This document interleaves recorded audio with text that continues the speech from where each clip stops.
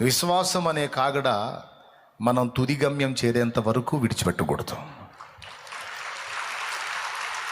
ఆటలోకి దిగిన తర్వాత మన పోర్షన్ అయిపోయిన దాకా కబడ్డీ అనే పదం ఆపనట్టు విశ్వాసం అనే దాన్ని మనం వదలటానికి లేదు.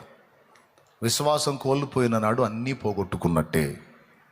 దేవునికి స్తోత్రం కలుగును గాక. దాడి విశ్వాసం మీదే జరిగిద్ది, పరీక్ష విశ్వాసానికే వచ్చిద్ది, జరిగే అన్ని విశ్వాసానికే జరుగుతాయి. నువ్వేం చేయాలంటే ఆ దాడులన్నింటిలోంచి, ఆ శోధనలన్నింటిలో నుంచి, ఆ పరీక్షలన్నింటిలోంచి విశ్వాసాన్ని కాపాడుకోవాలి. విశ్వాసం కాలిపోకూడదు, విశ్వాసం బూడిద కాకూడదు, విశ్వాసం కోల్పోకూడదు. కోల్పోతే ఏం లేదు, ఇక నీకు కిరీటం లేదు, ఏమీ లేదు, బహుమానం లేదు, అసలు పరలోక ప్రవేశమే లేదు.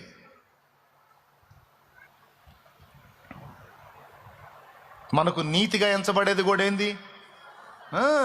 అబ్రహాము దేవుని నమ్మెను, అది అతనికి నీతిగా. అంతే.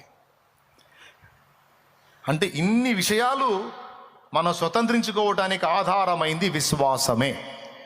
వీటన్నిటితో పాటు దేవునికి మనం ఇష్టలంగా మారిపోవాలంటే ఆధారం ఏది? విశ్వాసం లేకుండా దేవునికి ఇష్టలం కాలేం. ఇష్టలం కావాలంటే విశ్వాసం తప్పనిసరి.